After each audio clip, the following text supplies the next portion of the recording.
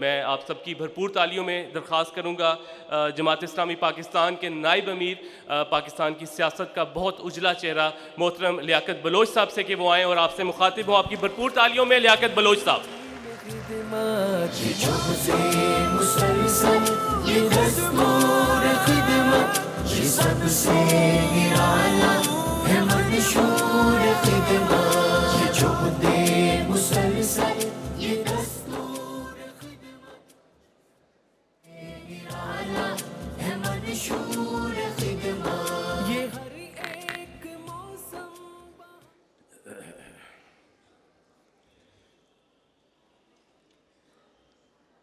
अस्सलामु अलैकुम वरहमतुल्लाहि वबरकातुहू।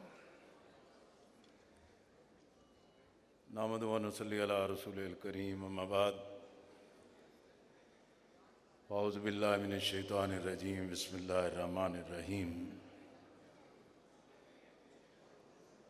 जनाब मोहतरम डॉक्टर हफीज़ुर रहमान साहब, सदर अल खिदमत फाउंडेशन पाकिस्तान, जनाब डॉक्टर ज़िक्रुल्लाह मुजाहिद साहब, नायब सदर अल खिदमत फाउंडेशन पाकिस्तान, तमाम कायदीन, तमाम ज़िम्मेदारान और बहुत ही अज़ीज़ नौजवानों, बहुत ही मोहतरम और बहुत ही बाइज़्ज़त बावकार बेटियों और कौम की बेटियों, मैं अल खिदमत फाउंडेशन पाकिस्तान का शुक्रगुज़ार हूँ कि जिन्होंने मुसलसल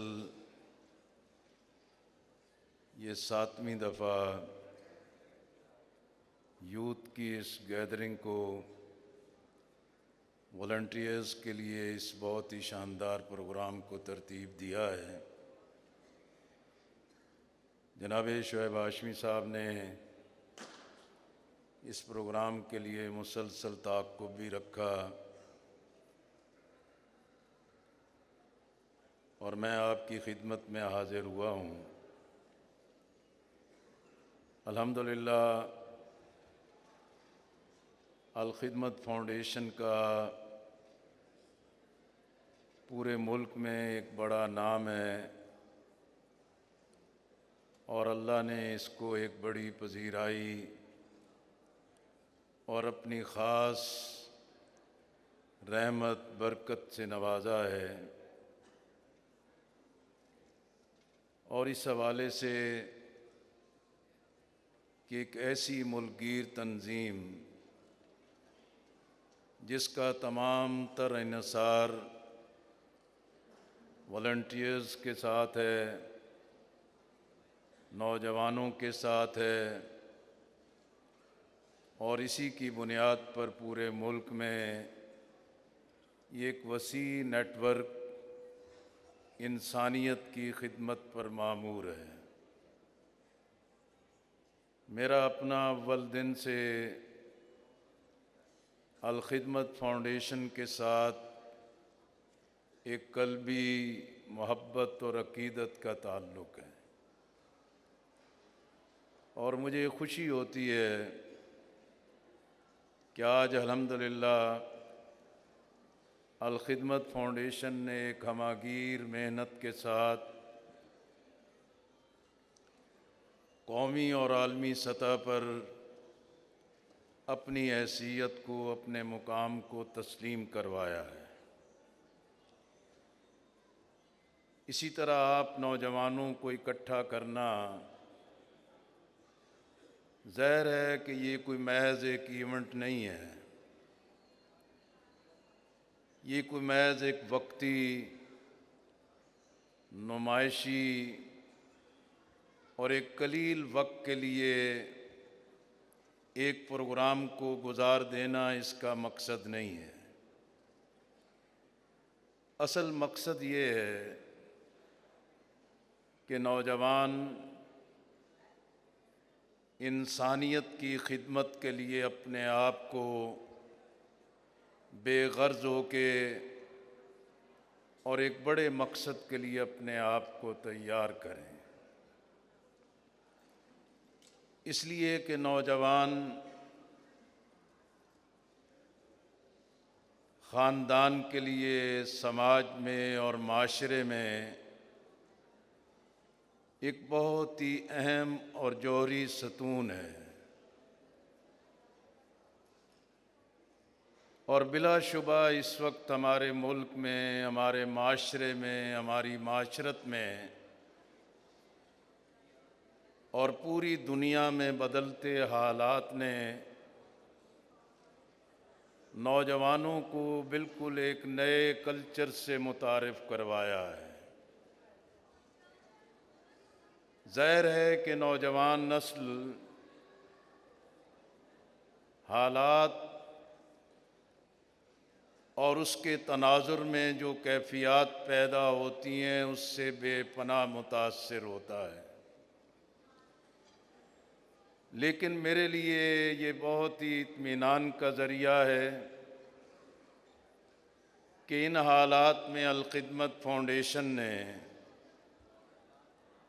नौजवानों में एक तामीरी मुस्बत कल्चर को फ़रोग़ देने के लिए मुख्तलिफ़ एवेन्यूज़ तलाश किए हैं।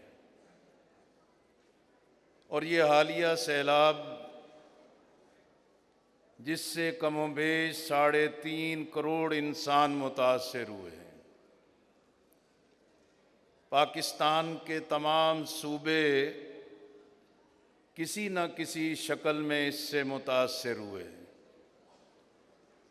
और इस मौके पर एक मर्तबा फिर पूरी कौम ने साबित किया कि ये ज़िंदा कौम है और ये अपने दुख दर्द का एहसास रखने वाली कौम है। अल-ख़िदमत फ़ाउंडेशन ने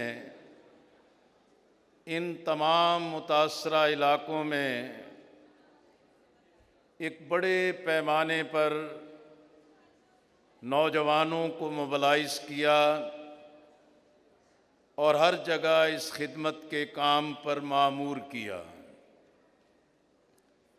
मुझे कराची में, लाहौर में, इस्लामाबाद, रावलपिंडी, पेशावर में और मुल्तान में मुख्तलिफ मराकिज़ पे जाने का मौका मिला, जहाँ एक बड़ी तादाद में मुतासरीन की इमदाद के लिए सामान मौजूद था। वहाँ यूनिवर्सिटीज़ के, कॉलेजेस के, मदारिस के और इसी तरह मुख्तलिफ़ तालीमी अदारों के तलबा और तालिबात वॉलंटियर्स की हैसियत से दिन रात मेहनत कर रहे थे और उन सारे जमाशुदा सामान को कैटेगराइज करना, फिर उनकी पैकिंग करना और उन मुतासरा ख़ानदानों तक पहुँचाना।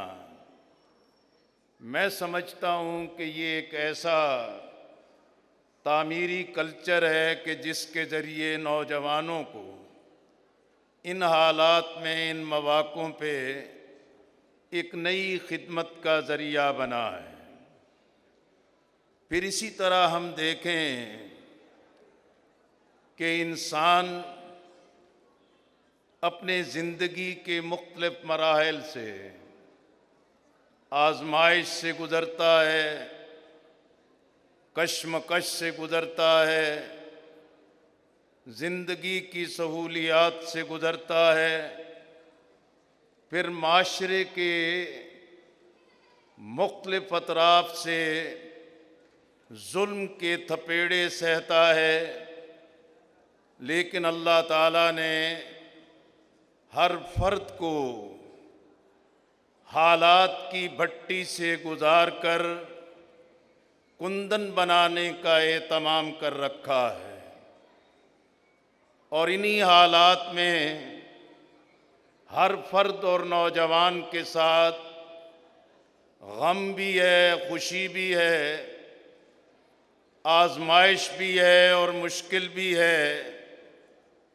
लेकिन मालिक कायनात, जो इंसानों का खालिक है, मालिक है, जिसकी कुदरत में हर शय है, उस मालिक कायनात ने अपनी शफ़क़त को, मोहब्बत को, रहमत को इंसानों पर गालिब रखा है। इसीलिए अगर हम देखें कि कुरान करीम में आता है, वला ताइनू वला ताज़नू व अंतुमुल अलौना इन कुंतुम मोमिनीन, कि और बेदिल ना हो, गमगीन ना हो, तुम ही गालिब रहोगे अगर तुम मोमिन हो। इसलिए मेरे अजीज़ों, मेरी बेटियों, मैं आपसे सिर्फ ये अर्ज़ करना चाहता हूँ, अल्लाह ने अपने बंदों को इसी बात की तलकीन की है कि सब्र व इस्तकामत के साथ अपने किरदार में एक निखार पैदा करो। और अल्लाह ने इसी बात की तलकीन की है कि हर बंदा अपने अंदर अपनी अज़मत को और अपनी बुलंदी को पहचाने। फिर इसी तरह ये जो सरकश कुव्वतें हैं और नामाकूल कदरें हैं और ये जाहिली नज़रिए हैं और बातिल निज़ामों की बेजा जो रसूमात हैं, इन सब की वजह से इंसान के ज़हनों के अंदर तरह तरह के ख़यालात पैदा होते हैं। लेकिन ये उसी सूरत में ज़हन और किरदार की इस्लाह हो सकती है कि हम खैर और शर की पहचान पैदा करें, अपने अंदर अपने रवैयों को मुस्बत रखें, किसी चीज़ को तर्क करने और किसी चीज़ को अख्तियार करने के लिए जो हक़ का पैमाना है उसके लिए अपने आप को आमादा रखें। फिर इंसान की गुमराही के लिए जो मुनज़्ज़म गिरोह हैं, मुत्तहिद जत्थे हैं, उनके मुकाबिल में अपने आप को इस्तकामत से खड़ा रखना ये मौजूदा हालात में नागुज़ीर है। मेरे अजीज़ों, इस बात को समझ लें कि इंसान में खुद परस्ती, इंसान के अंदर नफ्स परस्ती, इंसान के अंदर मफादात की परस्तिश, हकीकत में यही बुत परस्ती है। इन बुतों को तोड़ना ही नौजवानों के अंदर एक इस्तकामत और आगे बढ़ने का मुस्बत एक रविश पैदा होती है। इसलिए मैं आपसे सिर्फ ये 2-3 गुजारिशात करना चाहता हूँ कि नौजवान वही है जो सिर्फ अल्लाह से डरने वाला हो। नौजवान वही है जो अपनी मोहब्बत को, हकीकत को खातिमुल अंबिया रसूल अल्लाह सल्लल्लाहु अलैहि वसल्लम के साथ वाबस्ता रखे। वही नौजवान आगे बढ़ सकता है जो दलेर हो, बहादुर हो, दयानतदार हो और उसके अंदर ये सलाहियत हो, वो इंसानों की खिदमत के लिए और हक़ के पैगाम के साथ अपने आप को खड़ा रख सके। इसी तरह ये समझना चाहिए कि एक नौजवान के लिए हर काम मुमकिन है। एक नौजवान के लिए हर कामयाबी का दरवाज़ा खुल सकता है, लेकिन शर्त यह है उसमें अज़म हो, उसमें हिम्मत हो, उसके विजन में क्लैरिटी हो और एक बड़े मकसद को हासिल करने के लिए अपने अंदर एक जोहद मुसलसल का जज्बा रखता हो। इसी तरह आज हम देखें, नौजवान हमारी आबादी का एक जौहरी हिस्सा है और 30 साल से कम उम्र के तकरीबन 64% लोग हैं। लेकिन अगर हम हालात का जायजा लें, हमारी लीडरशिप ने, कौमी सियासी जमातों ने, रियासती अदारों ने, रियासत के निज़ाम ने नौजवानों को नज़रअंदाज किया है। अगर हम तालीम के शोबे को देखें, वफाक हो, सूबे हों, इसमें उनकी कोई तरजीह नहीं। फिर नौजवानों के स्किल को डेवलप करने के लिए कोई मुनज़्ज़म प्रोग्राम नहीं है। इसी तरह नई नस्ल के सेहत के परवान चढ़ाने के लिए कोई मुनज़्ज़म मंसूबा अमल नहीं है।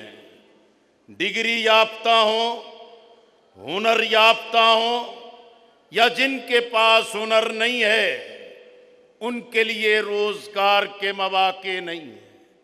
खेल के मैदान है और खेल के मैदान वीरान हैं। खेल के मैदान अमलन मौजूद नहीं है।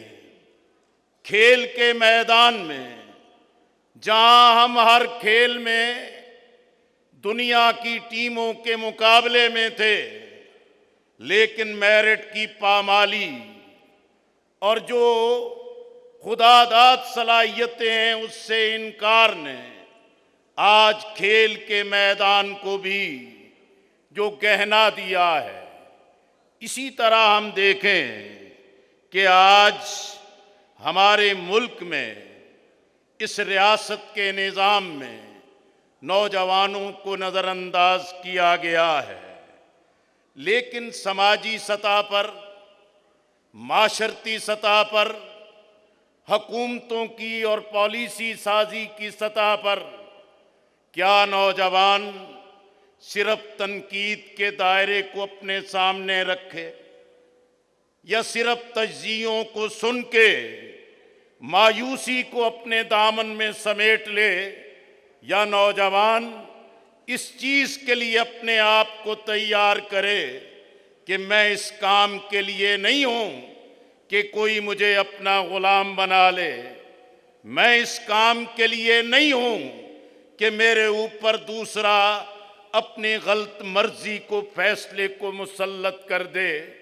इसलिए मैं आपसे ये कहना चाहता हूँ कि हकीकत में हम देखें कि हमारी तारीख़ में खुद नबी अकरम सल्लल्लाहु अलैहि वसल्लम नौजवानी के आलम में पूरा समाज और माशरा जो जुल्म से भरा था, लेकिन आपको सादिक और अमीन कहने पर मजबूर हो गया था। हज़रत अली करमल्लाह वजहू के रोल को देखें, हम साद बिन नबी वक्कास के किरदार को देखें, हम मोहम्मद बिन कासिम के किरदार को देखें, हम तारीख़ में हर बाप को देखें कि हर सतह पर नौजवान ने अपना एक किरदार अदा किया है।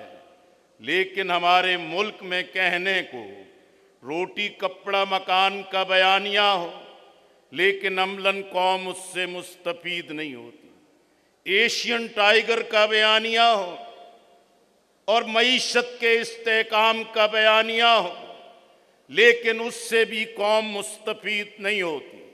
हम इनकलाब, हम एक दो नहीं एक पाकिस्तान, हम रियासत मदीना के नारे से जो अपने जहनों को एक उम्मीदों से वाबस्ता करते हैं, लेकिन उसके नतीजे में भी अमलन ना मुल्क को, मिल्लत को, ना कौम को कुछ हासिल होता है।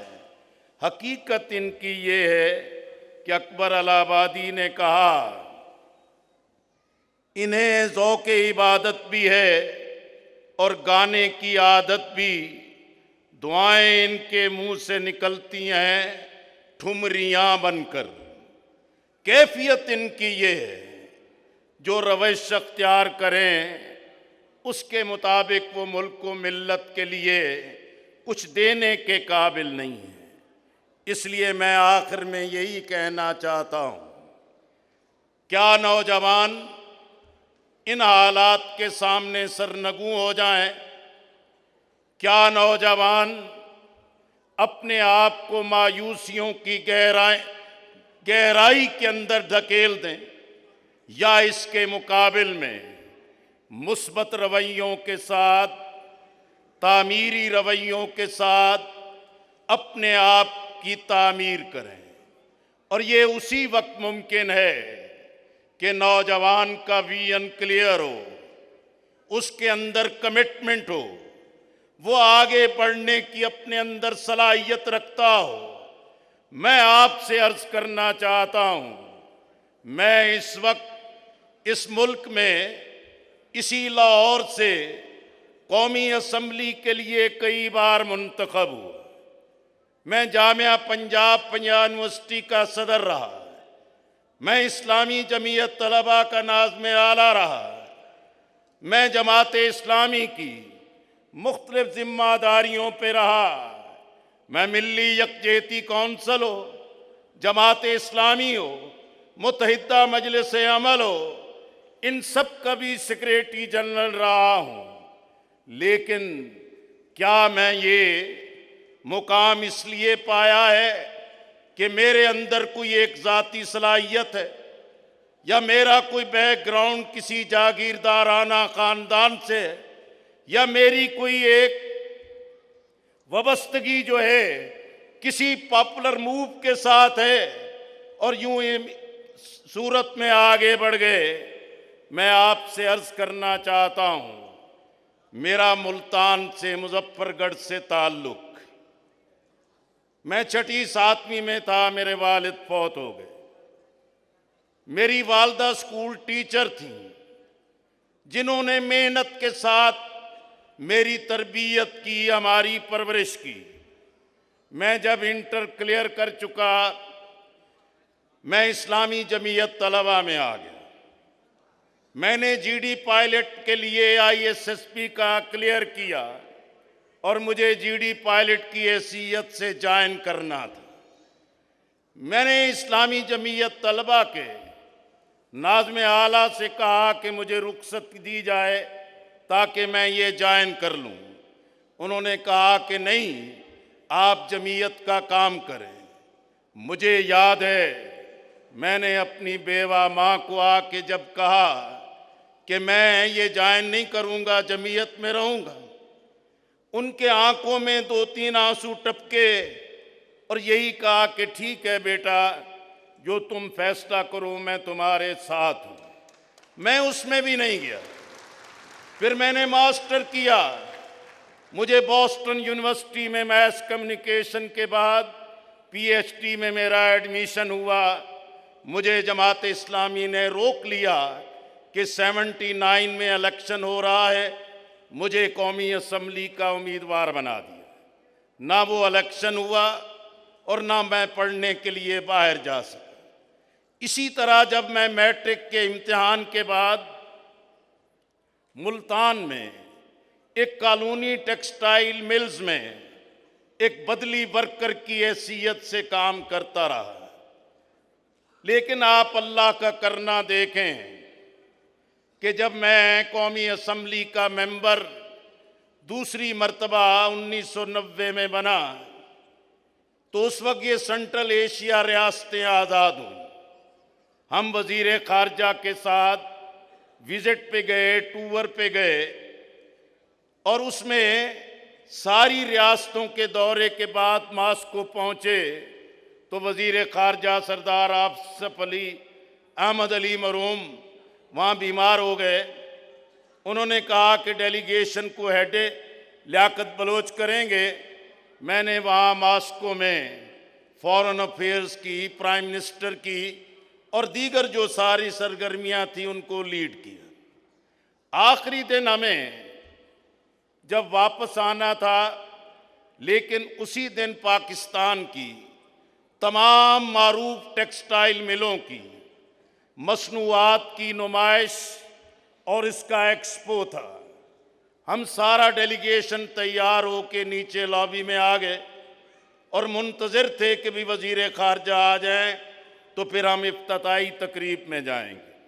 लेकिन फिर उनका पैगाम आया कि मेरी सेहत ठीक नहीं है, तो लियाकत बलोच ही इसको लीड करे और एक्सपो का इफ्तिताह करे। हम चल पड़े। हम जब वहाँ पहुँचे तो तमाम टेक्सटाइल मिल्स के मालकान लाइन बना के खड़े थे, हमारा इस्तकबाल कर रहे थे। आप अल्लाह की शान देखें कि सबसे पहले जिस मिल मालिक ने आगे बढ़ के हेड ऑफ डेलीगेशन की हैसियत से मेरे गले में हार डाला, ये उस मिल का मालिक था जिसमें एक मजदूर की हैसियत से काम करता रहा। मैं ये कहना चाहता हूँ, मेरे अजीज़ों, मेरे जवानों, मेरी बेटियों, हकीकत में नौजवान में एक कमिटमेंट हो, नज़रिए की ताकत हो, अपने मकसद से वाबस्तगी हो और बेलौस हो के काम करने के लिए तैयार हो, तो अल्लाह अपने बंदे को हमेशा मदद करता है। अल्लाह अपने बंदे को नवाजता है। और मैं आपसे भी इसी बात की तवक्को रखता हूँ कि अल खिदमत फाउंडेशन ने आप जैसे चमकते दमकते चेहरे, आप जैसे इखलास की ताकत रखने वाले नौजवानों को जमा किया है। तो मैं समझता हूँ कि इस कॉन्फ्रेंस में जो पूरा एक लाएअमल आपके सामने तरतीब दिया गया है, तो मुझे तवक्को है कि आप उस पर अमल करेंगे। मैं आखिरी नुक्ता जो अर्ज़ करना चाहता हूँ कि आज मीडिया, सोशल मीडिया एक बड़ी ताकत बन गया है और नए दौर की ये एक ऐसी ताकत है जिससे कोई इनकार नहीं कर सकता। लेकिन इसने आज सनसनी पैदा की है, मिजाजों में सनसनी खेजी पैदा की है, मनफी रवैये पैदा किए हैं, गीबतबाज आदत बनाई है। लेकिन मुझे बताइए कि अगर इसी रवैयों के साथ हों तो कोई शख्स भी एक अच्छी काज की तकमील के लिए तैयार नहीं हो सकता। इन रवैयों के साथ कोई भी मंसूबा अमल अपनी ज़ात और इज्तमाइयत के लिए बनाए, वो उस पर अमल दरामद नहीं कर सकता। और एक माहौल की अगर ये बर्बादी कायम रहती है तो हम किस मुस्तकबिल की तरफ आगे बढ़ेंगे। इसलिए कि अगर ये सनसनी खेजी हो, झूठ और फरेब और गीबत की आदत हो, दूसरे की किरदार कुशी की आदत हो, इस काम के लिए तो बंदे को तबलीग पे भी लगाएं, वो उसका भी बेड़ा गर्क कर देगा। इसलिए मैं आपसे चाहता हूँ, मौलाना सैयद अबुल आला मौदूदी रहमतुल्लाह अलैह जो सदी के इंसान थे, साहिब फिक्र थे, अल्लाह ने उनको बेपनाह सलाहियतें दी थीं। उनके फिक्र के असरात पूरी दुनिया में महसूस किए जाते हैं। उन्होंने जहाँ ये कहा कि कुरान और सुन्नत की दावत लेकर उठो और पूरी दुनिया पर छा जाओ, जहाँ उस शख्स ने ये कहा कि इश्तराकियत कम्युनिज्म झूठ है, फरेब है, ये बेनकाब होके रहेगा, जहाँ उन्होंने ये कहा कौम परस्ती तासुबात ये मगरबी सरमायादाराना तहजीब इंसानों के इस्तेसाल की तहजीब है, वक्त ने इन सारी चीज़ों को सच साबित किया है। उसी सदी के इंसान ने ये भी कहा था कि अच्छाई के लिए, खैर के लिए, भलाई के लिए अरबहा इंसानों तक पैगाम पहुंचना चाहिए, करोड़ों इंसानों को कायल करना चाहिए, लाखों इंसानों को अपने जलों में लेके चलना चाहिए। कल ये बात नहीं समझ आती थी लेकिन आज का नौजवान अगर एक कमिटमेंट के साथ, नजरियाती ताकत के साथ इन तहजीबों की तबाही के असरात में ये जो आफाकी पैगाम है, इसको पैगाम को फैलाने का जरिया बना ले, तो आज का नौजवान इन हालात को तब्दील कर सकता है। मैं एक मर्तबा फिर अल खिदमत फाउंडेशन की इस पूरी मेहनत की तहसीन करता हूँ और मुझे यकीन है कि अल खिदमत के तहत यूथ गैदरिंग का ये अजीम शान प्रोग्राम अपने एक बेहतरीन और रोशन मुस्तकबिल से हमकनार होगा। वाखिर दावाना अनिल हम्दुलिल्लाहि रब्बिल आलमीन। दरख्शां सितारे हैं खिदमत के पैकर, ये हज़्म व शुजाअत मोहब्बत। बहुत शुक्रिया मोहतरम लियाकत बलोच साहब, आपसे मुखातिब थे।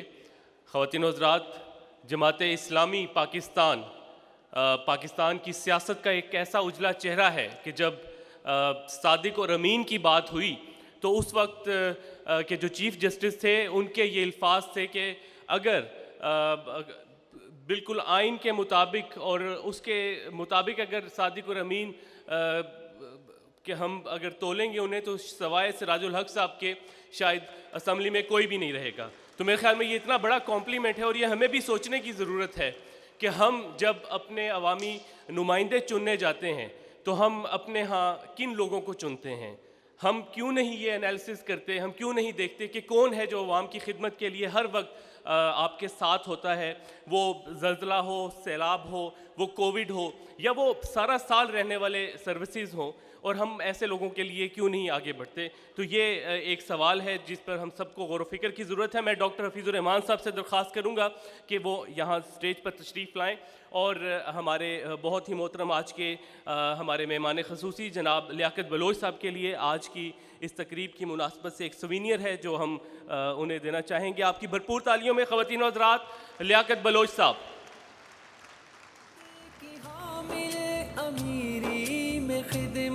जिगर के लहू से पसीने में खिदमत, ये जंगो जदल में अमीरी में खिदमत, ये जो से मुसलसल